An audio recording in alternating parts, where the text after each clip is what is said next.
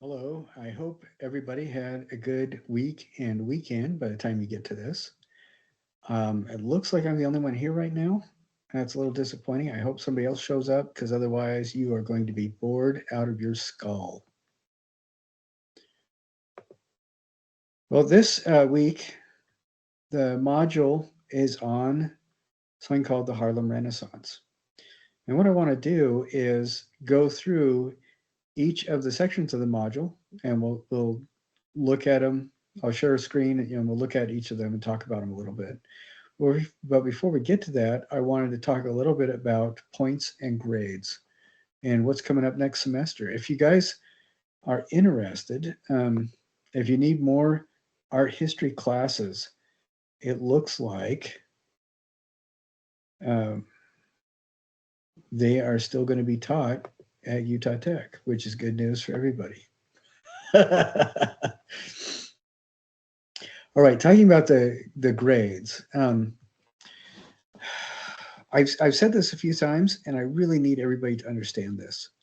As you go through each module and do your things, do your best to watch all the attendance videos. Make sure that your attendance is up to date.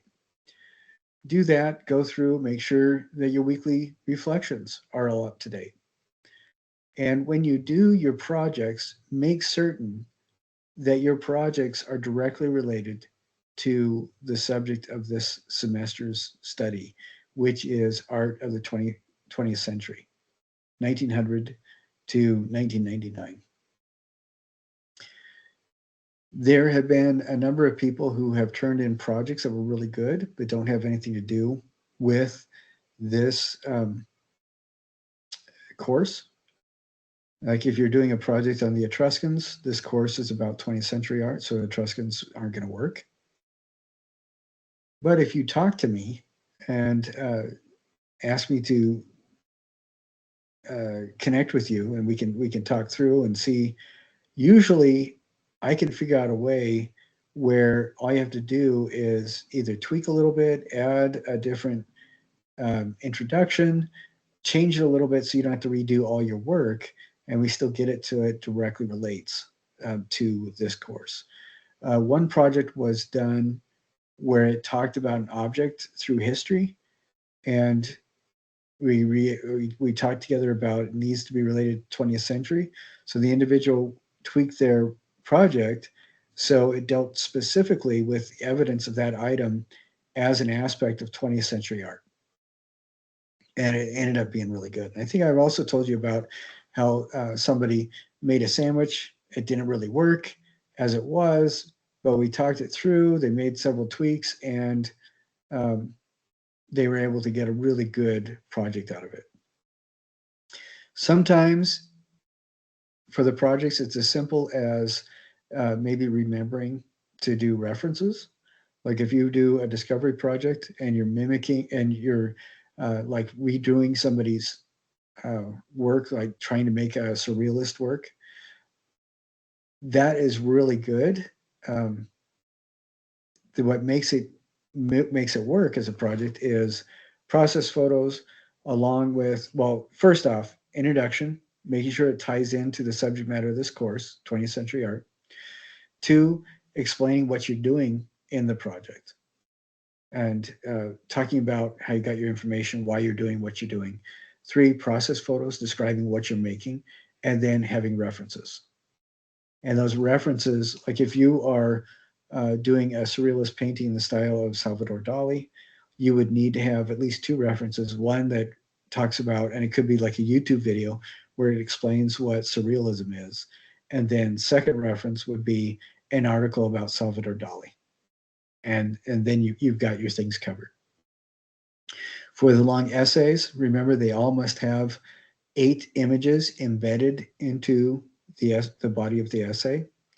Uh, Annotated bibliographies must have each citation, then the annotations, which are 2 paragraphs, and all those need to be arranged alphabetically by the first letter of the beginning of each citation or each reference. And that is all on the description of how to do projects. And if you do a PowerPoint, it needs to be presented in a 4 or 5, 6 minute video where you are able to record yourself explaining what's going on with each of the slides in your PowerPoint. So if any of your projects do not have, or any of the things you turn in do not have the full points that you want, take a moment, look at why I say I didn't include the points, or what needs to change, or what needs to be altered, what needs to be tweaked, then redo it and turn it back in again. I do not have a problem with you guys resubmitting however many times you need to so you can get a perfect score on each and every assignment. If you don't understand something, or you think you did it and I say you didn't, then you can email me directly, use my university email if you're not getting a response through Canvas email, or you can even go to the syllabus and text me on my cell phone. I've had several times where people have set up Zoom calls and we've been able to talk like that. Please do that. There is absolutely no reason for you not to get a perfect score in this class. You can resubmit, return things in, whatever, as many times as necessary to get a perfect score.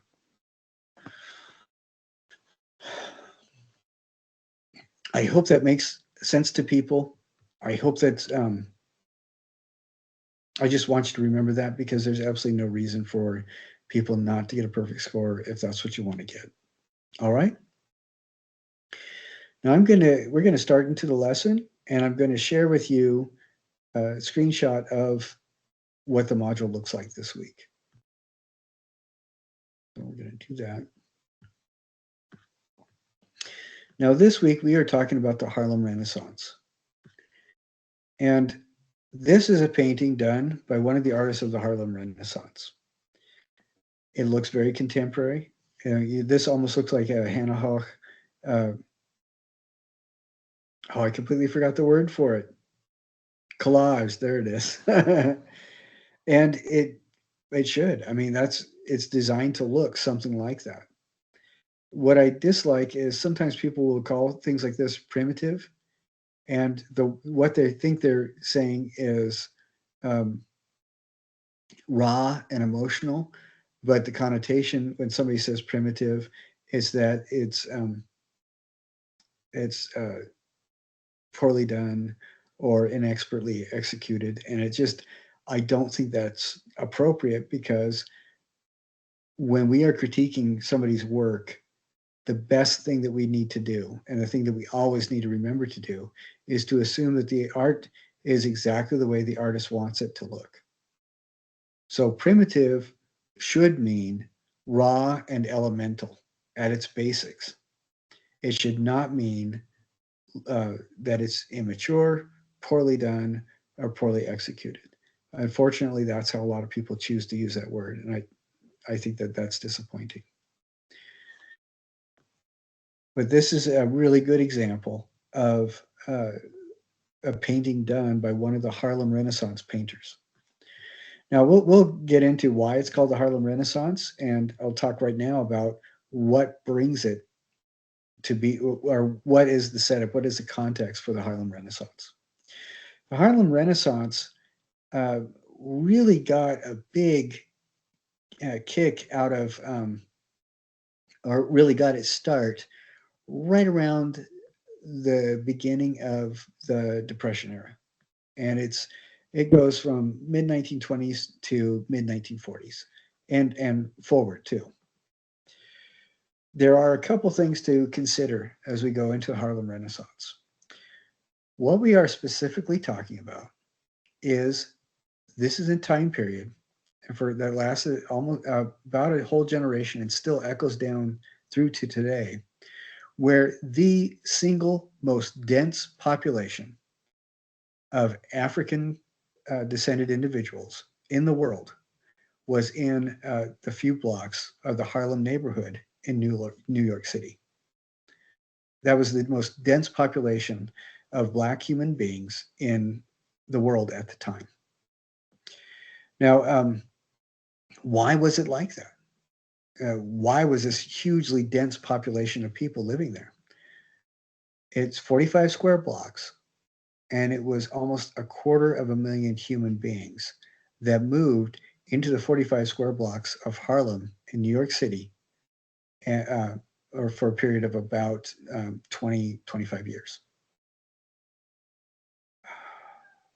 Now, the reason it happened, I think, is there's a lot that was economic, and there's a lot that was horrific. And I want to talk about both of those things. The first thing, I mentioned both of them here, but the first thing I want to talk about is what happened immediately after the Civil War.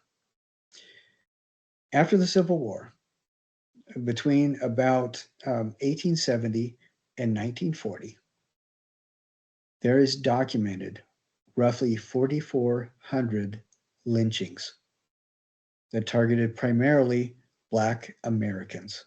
These are American citizens of African descent.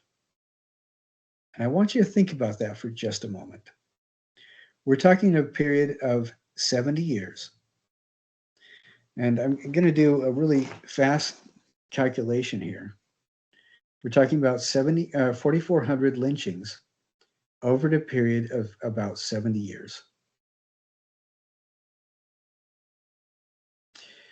That is every year, every 5 days of that 70 years, somebody else, usually a Black American, was pulled from their home, raped or beaten, and then hanged by their neighbors, by their community, many times by people who felt threatened because they looked in the direction that somebody didn't like. And I want you to just let that sink in for just a moment. And this is in neighborhoods like in San Francisco, in Texas, in Louisiana, in Mississippi, in Georgia, a lot of the southern states, but it also happened in other states as well. And what is really sad is that this is something that actually happened. This is not pretend history. This actually happened. I have a link to this. It's called the Equal Justice Initiative, and it shares more about what was going on. And it also has stories from the families of the survivors. And you can also download from this site. This is a book that collects all the research, and you can see images of what's going on. But it was horrible. So that is one aspect. That's the dark and terrible aspect. What that directly led to is thousands of families were fleeing from the areas where this kind of thing happened. Now, included in these 4,400 lynchings were lynchings in, I believe it was the San Francisco area, where people that were living in the Americas from China had congregated into California, into San Francisco.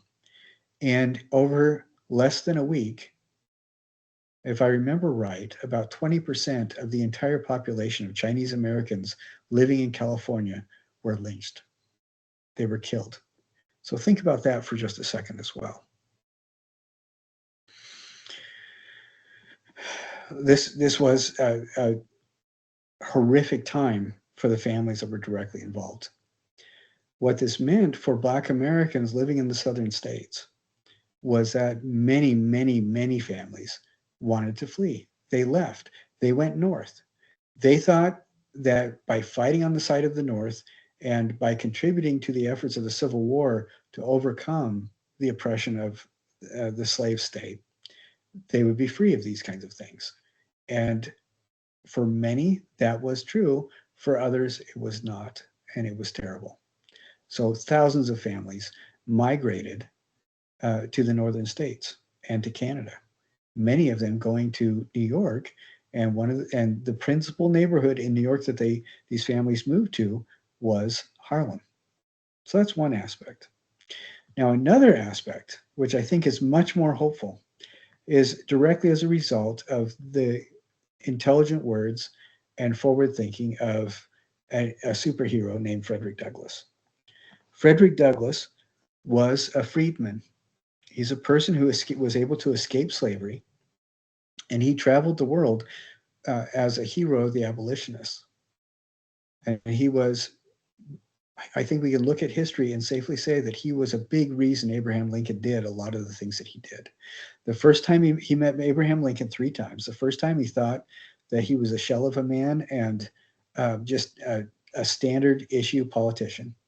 Second time, he was amazed because he saw that Abraham Lincoln had grown a conscience, was demonstrated a conscience, and was trying. And the third time he met with Abraham Lincoln, right before he was assassinated, he said he was astonished by the power and magnanimity of this incredible man. Frederick Douglass was the most photographed man of North America during the 19th century. He said a lot of things about self-determination and what it meant to be in charge of your own fate. Frederick Douglass, one of the things he said about photography that I think inspired I don't know if you're aware of this, but in the later part of the 19th century, the single greatest, or one, I'm going to say one of the single most fast expanding small businesses in the northern states was photo studios that were operated and run by Black Americans. Because Frederick Douglass said photography was a miracle of the modern age that allowed absolutely everybody to demonstrate to the world for all to see exactly how they wanted everybody to see them. He said, you have the power in the photograph, you have the power to present yourself as an immortal portrait the same way that was used to be only limited to heads of state and very important people. And I just a really remarkable powerhouse of a man. Why is that important? The reason that's important is because of the second reason for the great migration of Black families coming north, is that many families decided that they were no longer going to fit or want to be part of the society, the slave society of the South. And this started happening during the Civil War, where many families migrated north and worked in munitions factories to power the war effort to destroy slavery. What that also meant is that many of these Black families grew highly technically skilled laborers to build machinery and equipment that really ran a lot of the United States industries. And many of these families, looking for a better life, looking for self-determination, moved to New York and came into the Harlem neighborhood. Now think about how many people this is. 200,000 folks moving in there. I want to watch this short video, and this will give a little bit of more background to this. But the reason why this is so important is with all these people there, all these people that have essentially liberated themselves and started to create their own future. There was a birth of the creative spirit like has not been seen for an awful long time, and it's rarely been seen in the world.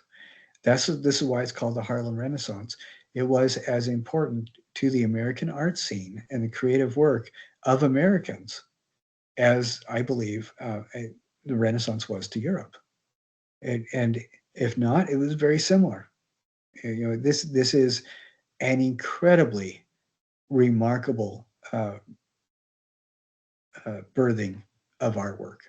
All these people coming together, all these people feeling the power of self-determination and freeing themselves from the history of the past, coming into New York and building an art scene that was just absolutely astonishing. You know, when we consider the time period that it was in and the context of society in which it appeared. So let's watch this really quick. Harlem Renaissance is a rare blooming of artistic talent. It's the sort of thing that cities are always looking for, where we get this critical mass of talent in one place at one time. Now, the Harlem Renaissance happens between 1919 and 1925 in Harlem, which would become the center of African American culture. African American painters, novelists, sculptors. Okay, in this, he's talking about 1919 and 1925. The Harlem Renaissance actually impacted artwork and developed all the way up through World War II. I will say that. And the reason I'm saying that is that it left its mark across the United States. And many of the things that we take for granted now, design-wise, um, came as a direct result of the Harlem Renaissance that lasted for about a generation, from 1919 to about 1945. So, I want you to remember that. Poets and musicians would join in this artistic outpouring. And they're coming to New York due to this migration from the South of African Americans looking for jobs in the industrializing North. This happens during World War I, when, of course, all of these factories in the North are producing armaments for the war effort. So it's going to draw people from the South. Now, there is some controversy about the Harlem Renaissance. It's sometimes seen as isolationist or in some way conventional, but it does explore some broad themes such as African folklore and the daily life of the African American community, which, remember, we're before civil rights, so things look very different then than they do today. They celebrate their history and culture, not only in art, but of course in poetry, literature, and so many other forms. W.E.B. Du Bois and other intellectuals would spearhead the movement and give it some intellectual base on which the art is going to be built.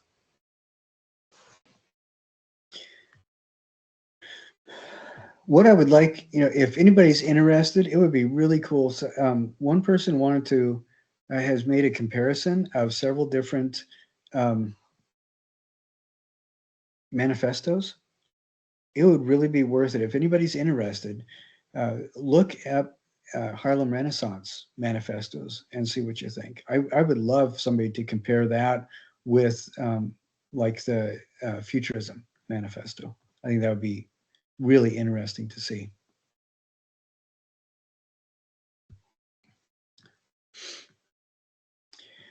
Now, I'm talking about, in this I say 1917, 1937.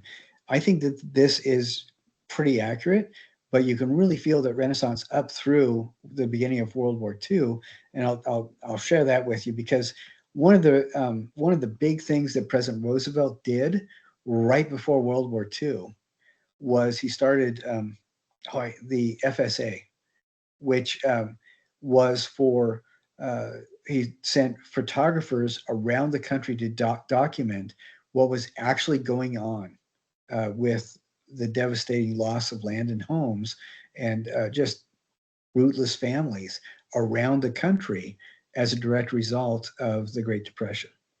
And two of the principal photographers that the federal government hired to do this were Black Americans that were part of the Harlem Renaissance. And we'll get to those during this. But so I have a lot of things in here, and I don't know if you can tell, but I am really excited about this period of artwork. And there's a number of reasons why I am excited. One is I get really excited about, like, Frank Lloyd Wright and Green working on the prairie style architecture movement. We talked about that.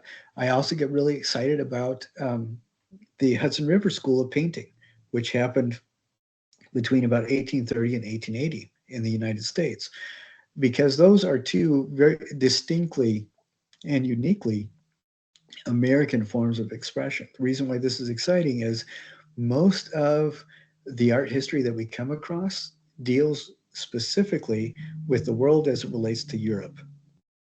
And most of the art movements that we study are specifically related, are considered important as they specifically relate to Europe.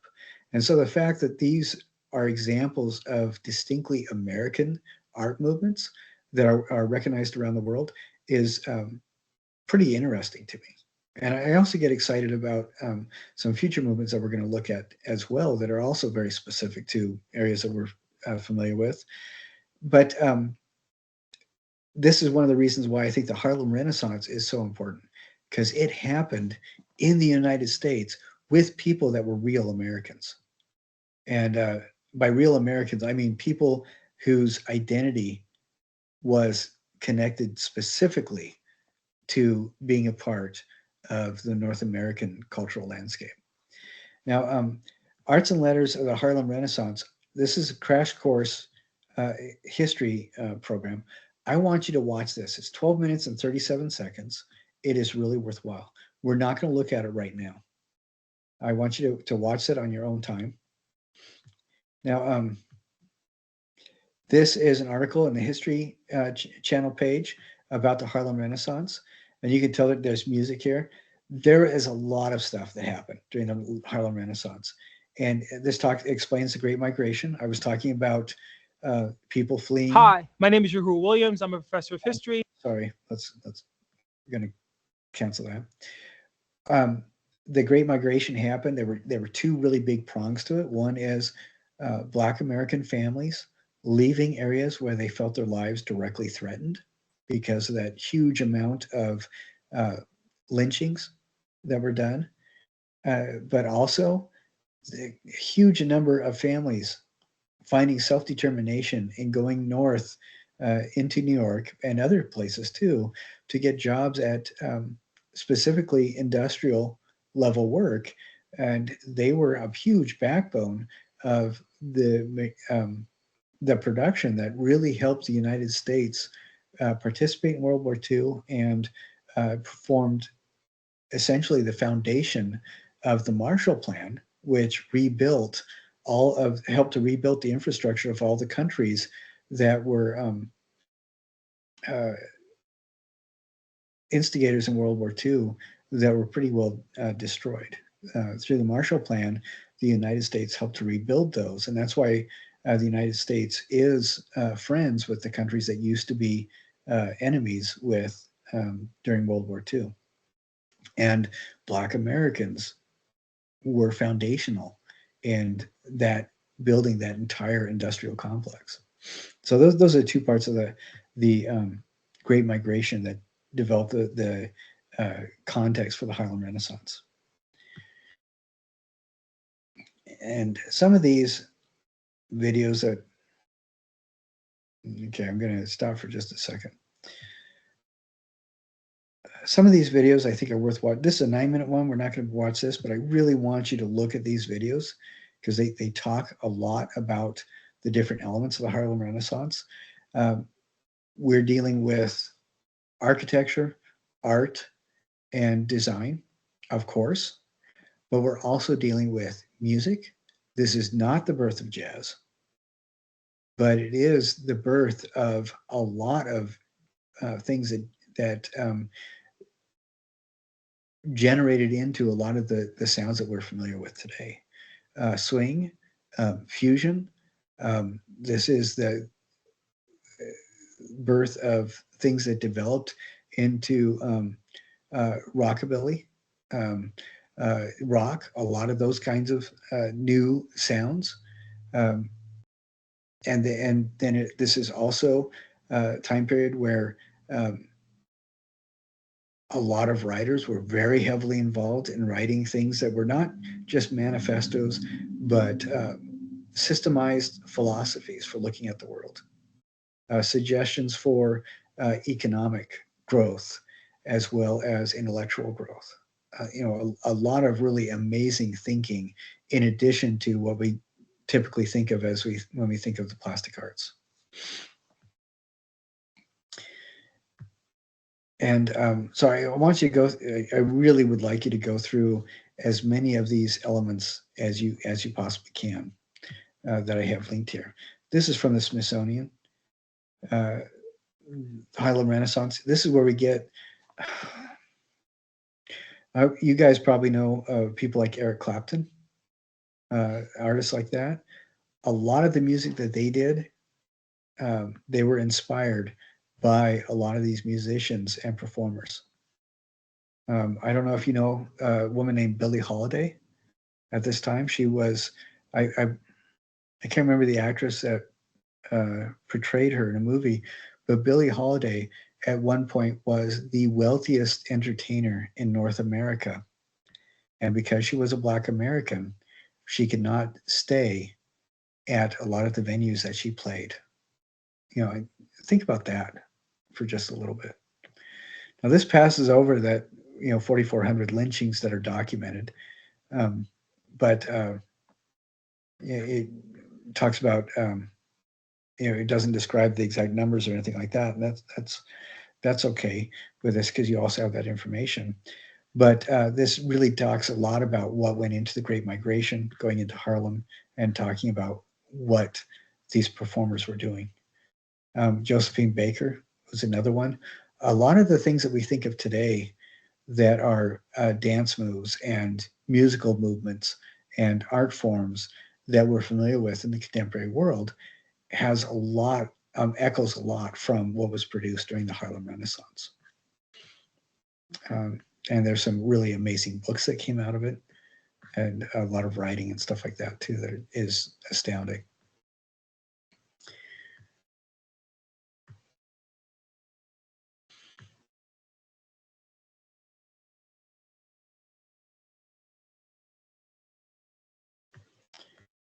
Oh, I'm sorry. I was trying to do something and okay. This is a video that talks about the Renaissance a little bit more. And we saw a 1 minute video. This is a 5 minute video. Please sit through it with me and watch it. I want you to watch as many of these videos and things as well, because a lot of people are very unfamiliar with the Harlem Renaissance art period or art movement. It's like we're looking like Fauvism and Impressionism and Surrealism echoing through this, because the artists of the Harlem Renaissance, they were in the Harlem area of New York, but these artists and musicians were very aware of art history, just like we are today, and were very aware of their part of art history and how they were born from art history. So, they understood what the relationship was really well. So a lot of these artists drew from what was going on around the world in the art scene. One thing you may not be familiar with is that the ambulance system for emergency medicine that we're so used to today, a lot of that has its roots in the Harlem Renaissance, because there were areas where the white medical professionals would not go. And I'm not joking about this. This is really it's a very different time than how we live today. And community medicine practitioners formed van services where they would train their own first responders to go and help people that needed immediate triage care, and then take them to better equipped hospitals. And this happened during this time, during the Harlem Renaissance, and that was the birth or the genesis of a lot of the ambulance services that we are familiar with today. Review of a lot of the cultural stuff that was going on at the time of the Harlem Renaissance. And I thought that would be worth sharing with you.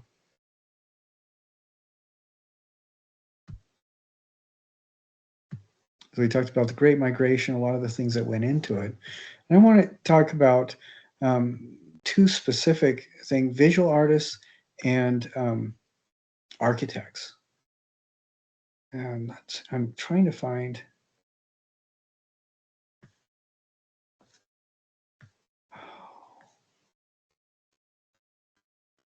Give me just a second here. I want to find something else to share with you guys that I think is really important.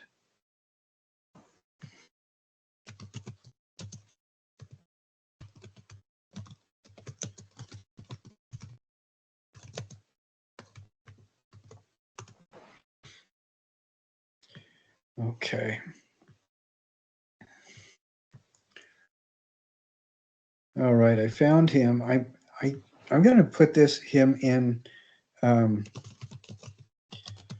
the module for under visual arts. So let's see. But I don't think I did. I put them in another one, put them in with another class, and I'm sorry I did not do it for this one. So I'm going to share.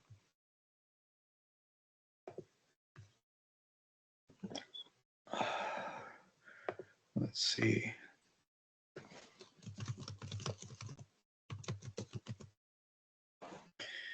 Okay. Here we go.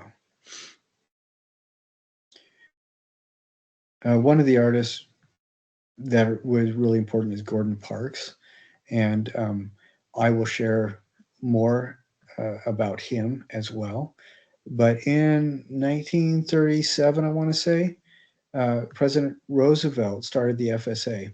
It's Farm Services Administration, and as part of that, he had an individual collect 2 or 3 dozen photographers.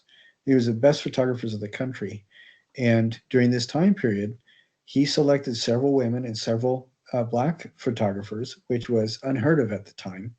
And one of those amazing photographers is a gentleman named Gordon Parks. And so we'll talk more about him later.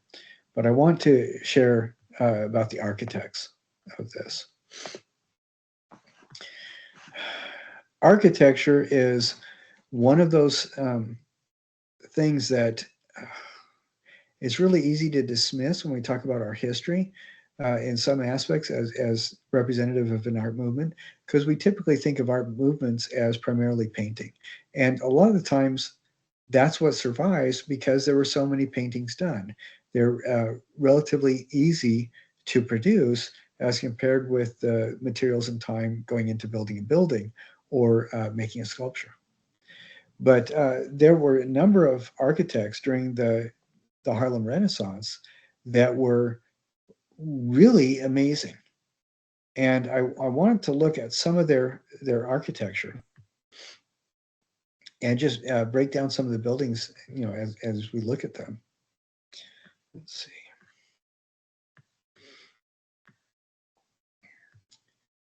And I am going to open up a couple of we're not going to watch any videos in this section. I just want to open up a couple articles about some of these architects, and then we'll look at them. Okay. Okay, the first one we're going to look at was an architect whose name is Verner Woodson Tandy. He was the first African-American registered architect in New York State. Now, I don't know if you realize how astounding that is. The reason why this is astounding is that architect registration in most states, in every state at this time, was overseen by a board of architecture that was specifically white. And for anybody non-white to be a registered architect at this time, there weren't any avenues in place for people to go to complain about discrimination. That wasn't even considered a possibility because it wasn't in anybody's lexicon. And to have Verner Woodson Tandy be an architect is amazing, because that would mean that he would be a Black American, that at this time it was very difficult to get into really good schools in this part of the world, or to have your degree, if you were able to get into a good school anywhere, to have your degree accepted. Even they were fully qualified degree holders, doctors, lawyers at this time, who were rejected or disbarred or not even allowed to become lawyers in some areas, simply because their bona fides were challenged for the fact that their skin wasn't the right shade. This was a real thing. And so the fact that Verner Woodson Tandy was able to be educated as an architect and prove himself in New York is amazing, for one thing. But the fact that he was so good that an all-white board could not deny his application to be a registered architect says something else. I hope you appreciate how amazing that is. Now, and we look at some of his buildings, and yeah, we today we see a lot of buildings this style. This is a villa, and look at it. It has a portico that is similar to Monticello, that was designed by Thomas Jefferson. You have that kind of Virginia style architecture here, the colonial style. There's a couple differences here. One is the volume. This is massive. It's a huge portico. It's 2.5 stories tall. And the way that it's designed with these kind of red brick tiles and everything, it ties in a lot of elements of different kinds of architecture. We have Roman style arches. We have facades or walls that are very much like Enlightenment era architecture from about 300 years before. We have these Ionic columns that are Greek. And this, like I said, this is a portico design with a widow's walk that is very similar to stuff that was done as part of the colonial architecture designed by people like Thomas Jefferson 120 years earlier, 150 years earlier. So it's interesting to me that it combines several of these kinds of styles. What did Roman Enlightenment and colonial architecture with Greek and Roman architecture combined? What does that all say? It's interesting that those are the elements that Tandy would draw from, because Roman and Enlightenment imply education, and having something that ties in with Thomas Jefferson implies elucidation and associations with things like intellectual thought in the New World. So I think it's really interesting that these are the elements that he used quite a bit. And let's see, I'm sorry, we can watch this.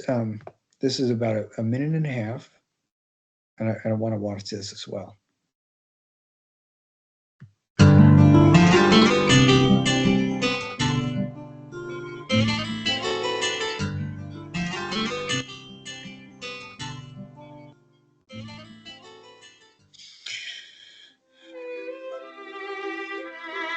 These are markers of the different homes that he built. And born here in 1885, Vertner Woodson Tandy is one of Lexington's most notable sons. His father, Henry Tandy, was instrumental in the construction of Lexington's historic courthouse.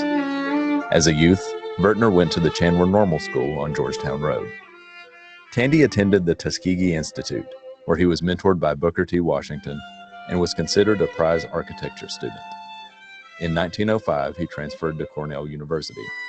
While at Cornell, Tandy and 6 other young African-American men formed the first ever black fraternity, Alpha Pi Alpha. Tandy even designed the fraternity pin. After graduation, Tandy became the first registered African-American architect in New York State.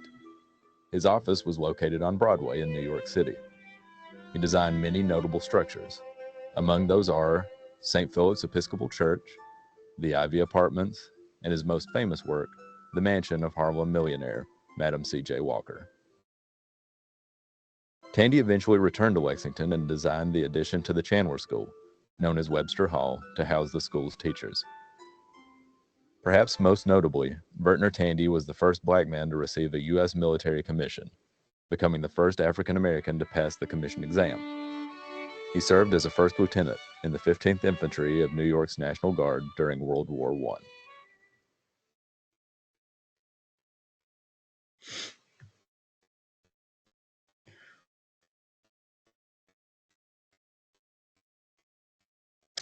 Now, another architect is William Sidney Pittman, and he's another example of the Harlem Renaissance. And what's interesting to me is as we look at more and more of these buildings, yeah, there are some like this that seems eminently practical, and it fits very well in with the standard architecture for large structures like this of the time. And there are others that we look at, the smaller structures that share something similar going on. Now, I don't know if you were in my prehistory to Gothic art history class, but there are some elements of this that I think are really interesting that tie in with Werner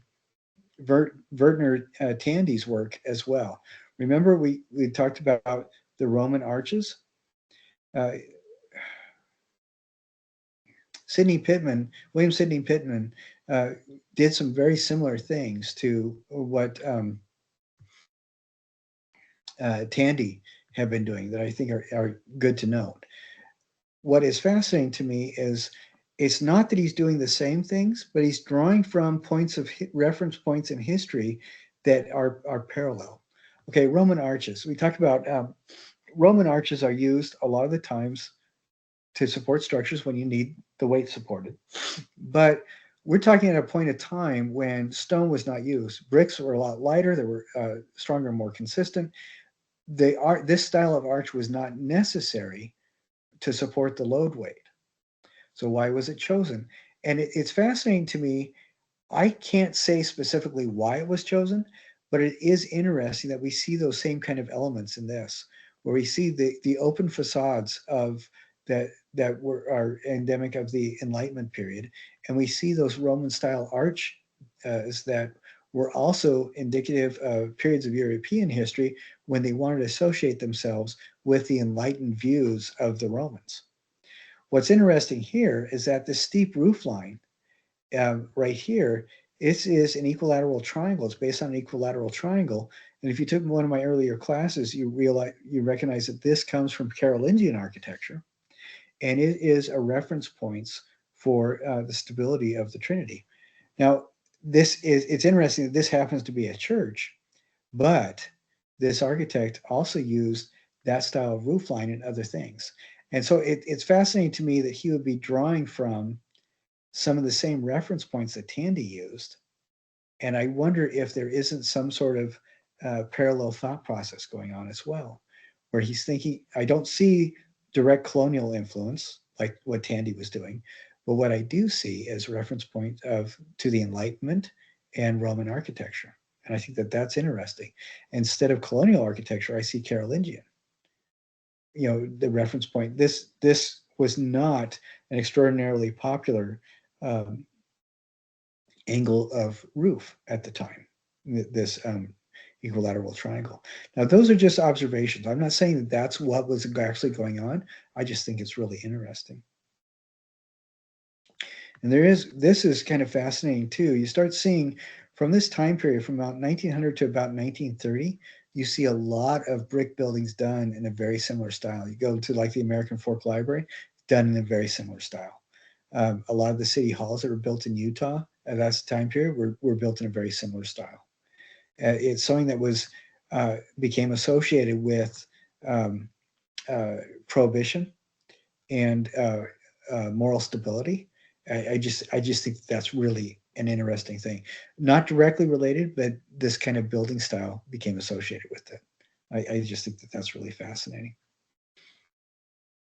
And the architectural building, the Milbank Hall agricultural building, I think is really interesting because this is the same kind of architecture that was popular around the country at that time. And we can see little elements like Roman style arches. And we do have facades here. We don't have the same kind of things, but this roof line, it is really interesting to me that these arches and this filling seems to relate a little bit to colonial lines, American colonial lines. So I just think that that's fascinating. I don't know what that means. I don't know if there is an intentional correlation with that. And we do have crenellations along here that seem to speak to something referencing like castle architecture, Crusader architecture. But I don't know if that's done because it's an interesting design element. I just do think it's fascinating that he does use that Roman style arch a lot. And again, it's not necessary as a load bearing or engineering device because the materials didn't need it in order to sustain the height and the weight. So that was an interesting choice. And it does feel like it is empowering, I think. I mean, that's the cultural connotation. Now, this one is fascinating too, because you get, again, that Carolingian roof line, which I think is fascinating, the equilateral triangle. And you get the crenellations, which harkens back to Crusader type castles. You get the open facade. This isn't as open as this one, but that open facade right here does smack of Enlightenment style architecture. I love the use of stone. I think that's really fascinating because it feels like it's a castle type building. And I think a lot of those are design choices, but I do think it's interesting that these architects are consistently using the Roman style arch because it does feel empowering. And it wouldn't surprise me if there was some correlation to an idea of new thought and thinking. I'm just saying that. I'm just putting that out there. I have no idea if that's what the case is. Now, this is another church. Now, this does not have the Carolingian style roof line. It is not an equilateral triangle, but you do have a lot of these Roman style arches, which I think is really fascinating. And this roof line right here is less Carolingian and more Basilica, which is a Roman style church, which I also think is really interesting. But I love, this does not look like a European church, does it? There are elements that look distinctly American. The shutters for airflow is one thing, that's a stylistic choice, but also the specific roof lines. I think you do see that in a lot of specifically American style church building from this time period. And I love those Roman style arches again. I just think that's really interesting. Then the third architect is the first Black student at MIT, Robert R. Taylor. And so we're going to look at a couple of his works.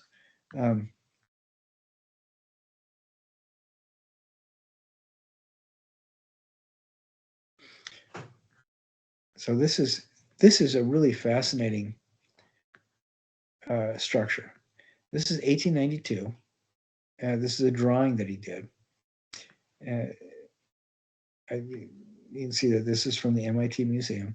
I don't know if this looks like it was something that was designed. I do not know if it was actually built. Yeah, it looks like it was just a design. But it is fascinating to me because this fits right up there with a lot of the Enlightenment era designs for buildings in Europe.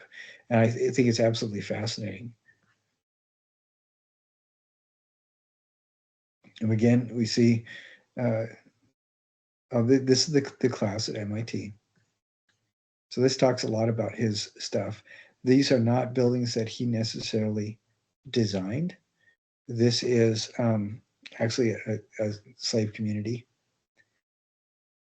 This is the MIT campus. I'm trying to get to images of windows that he actually, or images of buildings that he actually designed.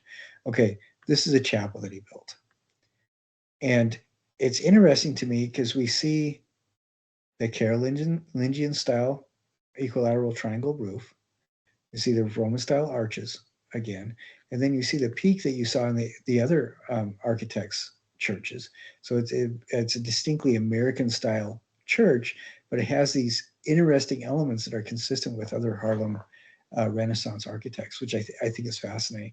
And this is one of the reasons why this is associated as an architectural as an art movement, because the architects were doing things that were similar. And I believe, again, this is anecdotal, so this is not something that I have done any papers on or anything like that. But what is fascinating to me is that I'm seeing over and over again elements that tie the architecture that they do. Yes, it is American, but there's a lot of things that tie it into Roman style architecture, which was a symbol of the Republic, is a symbol of enlightened thinking. There's a lot that ties it into Enlightenment architecture from Europe, which is again a symbol of enlightened thinking. And then we get Carolingian architecture. I think that I did not tell you why I think that that's important. Carolingian architecture. Charlemagne was king, and he became the first Holy Roman Emperor. He's the guy that really defined Europe as it is today. and he divided over 1,200 years ago. So over 1,000 years ago. This is pre-Crusades. This is pre-Renaissance. But Charlemagne instigated or instituted a Renaissance of Europe that happened a good 700 years before the Renaissance that we're used to. And he represented a departure from the barbarity that happened after the fall of the Roman Empire in Europe. The Roman Empire continued for another 1,000 years in Turkey, but in Europe it fell at about the 3rd or 4th century. And about 400 years later, you get Charlemagne coming on the scene, and he re-empowered Europe to rise out of barbarity. People started learning how to read and write again. They developed libraries. They did all these things. And his architecture was specifically interesting because it represented a renaissance, a birth of thinking, a birth of intellectual freedom and forward thinking. And so it's fascinating to me that a lot of these Harlem Renaissance architects would bring up things like have reference points to colonial architecture, which represents free thinkers taking practicing self-determination. They would pull a lot from Roman architecture, which represents intelligent thought. That's where we get our ideas of republic and self-determinated governments from, democracy, things like that. And they bring up the equilateral triangle or the Carolingian roofline, talking about the first really big Renaissance in Europe. And and then they would also bring in elements of this distinct cupola design is specific to a lot of American church architecture. So I think it's fascinating. The consistency comes in this idea that these elements that they're using are all reference points, or a lot of them are reference points that imply self-determination, free thinking, intellectual thought. And I just think that that's absolutely fascinating. And then you get designs like this, and this is a home, a really beautiful home. It's for a university president's house. And I think it's this kind of truncated valence arch. It's not a true Roman arch. It's kind of a truncated arch. That was something that you saw a lot of during the Enlightenment era. And I just think it's really interesting, these kinds of things that keep showing up and throughout their architecture. They seem to be nods and winks towards free thinking, intellectual pursuits, self-determination, those kinds of things. And I just think that that's really fascinating. I hope I'm not reading too much into it. Okay, I really belabored that quite a bit. I want to look at two different artists. One is Aaron Douglas, but I want you to look at all of these artists and see if you can, as you go through them, I want to look at this sculptor. I want to look at Aaron Douglas, and I want to look at Gordon Parks. And I will add Gordon Parks as soon as I'm off, I will add Gordon Parks to this as well, so that you guys can avail yourself of some of his stuff. But go through each of these people. At least watch the video or look at the article for each of them. But all of these artists, you can see that they make references to surrealism. This Archibald Motley, even though he painted in a relatively flat style like this, it seems surrealist, a lot of his figures are designed as if they were done by the pointillists of France. And it's interesting that he is heavily, very much informed by the Impressionists of Europe, and and Surrealists. So I think that that's really fascinating. But I do want to, let's see. Oh, this is 7 minutes long, so I don't want, we don't have time to watch this whole thing, but I do want to show the artwork to you. Aaron Douglas was given the responsibility of creating images for the Negro Hall of the World's Fair in Texas. And what he did was remarkable, nothing short of remarkable. In the mid-30s, he developed a style and created posters for display. And these posters were larger than life. And they dealt with the history of Black America from slavery to the contemporary day. These were astonishing. Now, as we look at this, there are some very interesting elements that I want you to look at and pick up on. And these are elements that we still use today. They heavily inform graphic art today. They heavily inform animation styles today. I don't know if you guys have ever watched anything on Cartoon Network, but a lot of the Cartoon Network art, the way that human beings are abstracted and stylized, the way that the colors overlap is heavily informed by what Aaron Douglas was doing. And you can tell this image, it's called Into Bondage, and it is the story of human beings being rounded up and sold into slavery. At least I do have an article that talks about this. My youngest daughter is from Zimbabwe, and this kind of stuff really hits hard. People started funneling human beings through West Africa, and at 2/3 of the human beings that went through West Africa ended up in North and South America as slaves. They were treated horrifically. And what Aaron Douglas was able to do is create a series of paintings that defined that helped to define the Harlem Renaissance. Now, we talk about style, Art Deco, and synthetic cubism. That's what it's called. But this is very much part of the Harlem Renaissance movement. Abstract stylization of these things. He is able to demonstrate that you do not have to, you can tell a story with painting and tell it in such a way that anybody can see themselves as part of the painting. And you can see that these human beings, even though they're in shackles, and like this one particularly is really beaten down, you can still see that in that there is hope and there is strength. And this is one of the tremendous gifts that Aaron Douglas had as an artist. And you can see this style, this abstracted style goes through all of his work. And it is incredibly powerful. He uses a very limited color palette, but it communicates an incredible amount of emotion through his color palette. He uses color in a way that is just, it's astonishing. The way he balances the color, the way he uses the color to get your eye to move through the composition, to see what's important, he shares a narrative without telling you what to think. You can tell what's going on.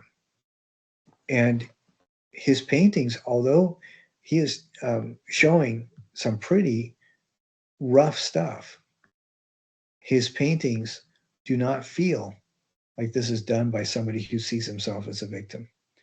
And they become empowering and powerful for everybody that looks at the painting. And that is a gift that I think is just astonishing.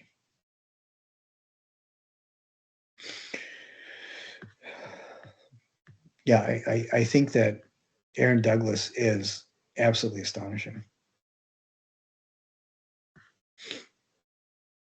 And then one of the sculptors that I want to look at is Augusta Savage. And I think I do want to, she was a realist sculptor. That means that she would do things of human beings that look like human beings without an awful lot of stylization. And her primary models were Black Americans. But she does it with a sensitivity that, again, does not in any way communicate any aspect of something akin to um, victimization or evocative of pity or anything like that. She shows powerful people in powerful situations, regardless of who the person is.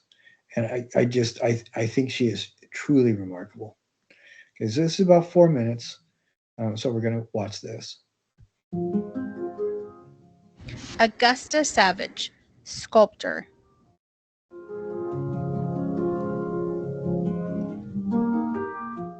Augusta Savage was born on February 29, 1892, in Green Cove Springs, Florida.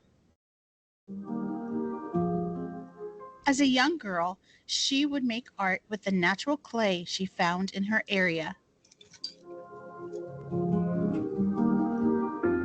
She would make small animals and figurines.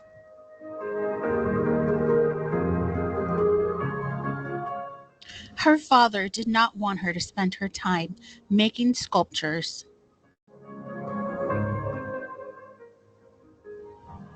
But she loved making sculptures, so she decided to continue. When her family moved, she couldn't find any clay in her area. But luckily, she met an artist who shared her clay with her. One day, she participated in an art contest at a county fair. Many people loved her figurines, and she won a prize for the most original art. Augusta's talent impressed two notable men, Solon Berglund, an American sculptor, and George Graham Curry, the county fair founder and mayor. They encouraged her to pursue her dreams to study art despite the racism of that time. In 1921, Augusta was admitted into Cooper Union Art School. She was awarded a scholarship because she did not have enough money to attend the school. She was selected before 142 other men on the waiting list. In 1923, Augusta applied for a summer art program, but was turned down because she was African American and had dark skin. Augusta was very upset. She knew this type of thinking was wrong. She spoke out against their decision and brought attention to the public about the importance and need for equal rights. Augusta continued to create art, and her art was noticed by many. She was commissioned to create sculptures of many notable African Americans and was recognized for the dignified and humane characteristics of her sculpted figures. In 1939, at New York's World Fair, Augusta created one of her most famous sculptures known as the harp. She created it inspired by the song Lift Every Voice and Sing, also known as the Black National Anthem. This song captures the dark journey African Americans have experienced in the United States of America and the hope and optimism that they too will enjoy the freedoms and liberties belonging to all. Augusta Savage opened up a studio and taught art classes to anyone who was interested in painting, drawing, or sculpture. Many of her students became talented artists who inspired others as well. She is remembered today as a great artist, activist, and arts educator. Now, I did want to show a picture of this Lift Every Voice and Sing, a sculpture that she did. So I will share that with you. And you can see with human forms throughout, it is stylized, it is abstract, and it does feel something somewhat impacted by the surrealist art movement, which I think is really fascinating. But I also wanted to show some other images that she did. And again, here's another image of that Lift Every Voice and Sing, the harp. But what is fascinating to me about these sculptures that we look at is she is creating dignified portraits in the same kind of nonsense way that was established by realistic Roman portraiture that was continued up through the Renaissance and into today. I mean, you have a lot of contemporary sculptors that are doing that same kind of realistic, no-nonsense portrait. And I think it's fascinating to me, the kind of work that she does, because she is so straightforward and so good at what she does. And you saw that one thing, she won a scholarship beating out over 120 men in a time period where something like that was completely unheard of. And I think that that's absolutely fascinating. So the photographer I'm going to add to this is Gordon Parks. He was a photographer that was hired by the Roosevelt administration as part of the Farm Services Administration. And these are some of his photos. And this is his most famous one. But you look at this and all you see are professional quality photos. But what's fascinating is that he did some stuff that was just, it's beautiful documentary photography, but it's also dramatic storytelling photography. And then sometimes it's just beautiful imagery. But this is a photograph that he did that is probably one of his most famous ones. And this is, I'm sorry, we're going to put that down. This photograph is just of a cleaning lady that was working inside one of the federal buildings. And what is interesting to me about it is that it's called American Gothic. And it is just like that, the American Gothic painting.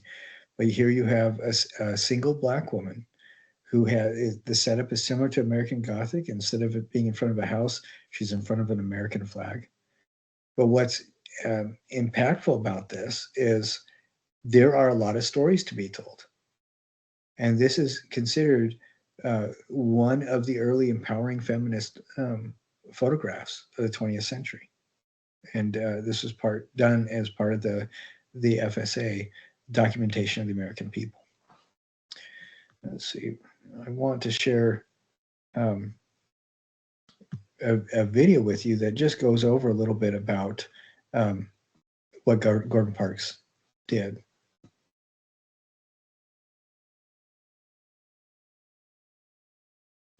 The world through his lens. Jeffrey Brown has a look at the extraordinary journey of photographer Gordon Parks. Two children with a doll. Who are they, and what are their lives like? A young man walking away from us. Where is he coming from, and where is he going? Armed with his camera, Gordon Parks told stories of individuals and, through them, of the larger world. He had a, fantastic ability to compose a series of elements within a picture to, convey a sense of a story. Philip Brookman is curator of Gordon Parks' The New Tide, an exhibition at the National Gallery of Art in Washington. Spanning the first 10 years of his career, from 1940 to 1950, it's a chance to see how a young man, self-taught and without a high school diploma, became one of the 20th century's master artists. Parks came to an understanding, really before he ever picked up a camera, that it could be a tool for him to use to be able to express his own feelings about his life. Gordon Parks was born in Fort Scott, Kansas in 1912, the youngest of 15 children. He credited his mother, Sarah, who died when he was 16, with giving him confidence and strength, even growing up amid poverty and prejudice. Parks spoke of his childhood in a 1997 NewsHour interview. The disadvantage sometimes pushes you, if you use it right, because you want to rid yourself of those things that hurt you emotionally when you're coming up. Inspired by the work of Dorothea Lange, Walker Evans, and other Depression-era photographers he saw in magazines, Parks first picked up a camera at the age of 25. In St. Paul and then Chicago, he took portraits, including Marva Trotter Lewis, a performer, model, and wife of boxer Joe Louis. He befriended and photographed leading African-American artists and scholars, including Langston Hughes, Charles White, Elaine Locke. And he did his first journalism, covering Eleanor Roosevelt's visit to a Southside community center. Parks called the camera his choice of weapons. Gordon Parks always had a sense that that media, that the camera and photography and writing and media could be a very important tool in helping the world to understand the image of African American people. And it was through that understanding that you could make the world a better place. In 1942, Parks was awarded a prestigious fellowship, allowing him to work as a photographer for the Farm Security Administration. His first assignment, documenting African American life in Washington, D.C., then a deeply segregated city. Among his early works, this photo of a young boy who lost his leg in a streetcar accident. I was really struck by, how intense the relationships are in the picture. The relationships between the photographer and the boy, but also the relationship between the boy and the two girls sitting across the street. Yeah. These are things that Parks put them there for us to find. Yeah. And he knew he was doing that. It was here Parks created one of his most famous photos, a portrait of Ella Watson, a cleaning lady in a government building.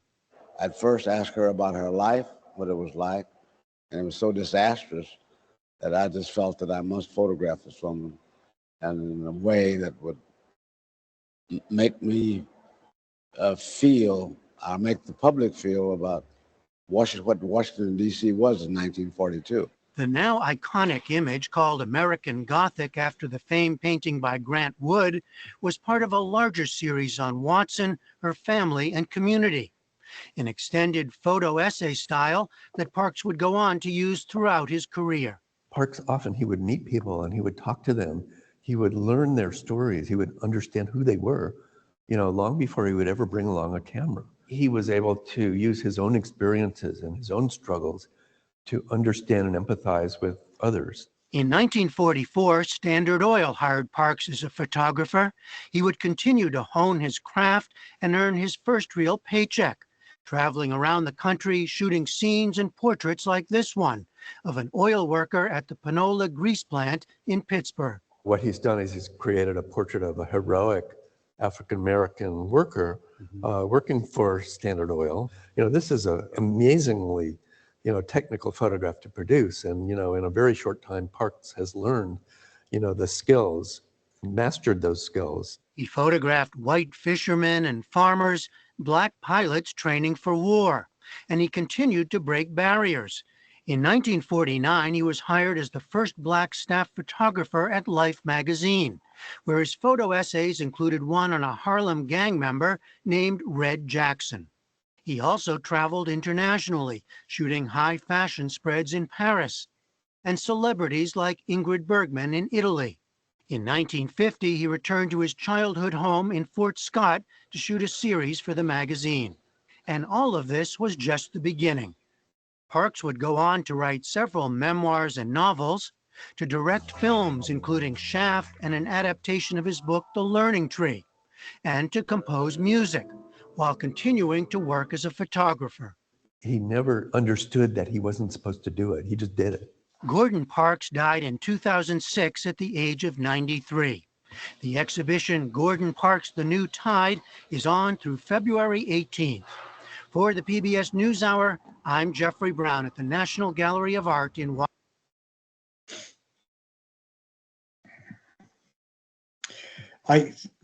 I hope you guys get as excited about a lot of these things that we're looking at as I do. And in this particular case, I did just update that. So Gordon Parks now is in the artist section. Please do go through and look at those articles and look and watch the videos about the artists that I select, and see if you can find, other than, there is a specific philosophical thread that ties all of these Harlem Renaissance artists together. And I think we've talked about some of the things that possibly could have arisen from when we're dealing with the Great Migration and the context of the time period leading up to the Harlem Renaissance. But see if you can use your critical thinking skills and find elements that are consistent from artist to artist, because a lot of these artists would do realism, a lot of them would do stylization, some of them would do surrealism, some of them would be influenced heavily by Fauvism, and others were just really straightforward, producing things as they expected other people would like, and or what other people might be able to access. And I want you to see if you can find any sort of consistent threads. We talked a little bit about that with the architecture, and it might be a little bit more difficult to find that with the painters. But one thing that I really like about these guys is that, just like most of the painters that we talked about, this movement does not define an entire life's body of work. And Gordon Parks did a lot of things that were not directly linked to what became known as the Harlem Renaissance, but he had his foundation there. That's where he did a lot of his early work, and that was what heavily influenced the FSA in hiring him as one of the nation's documenters during the Depression. So I hope you like this week's introduction to something that I hope you really weren't even aware of before. But it is amazing to look at these things and then consider what is still being impacted by the work that was done with these pioneers of an American art movement. I hope you guys have a wonderful week and weekend, and I look forward to seeing you all next week. Please be careful during spring break. Don't do anything that will become a matter of public record that you will regret. Enjoy yourself and be safe as you go through the things you need to get done over the week and weekend. And I look forward to seeing you again next Tuesday. We'll see you guys.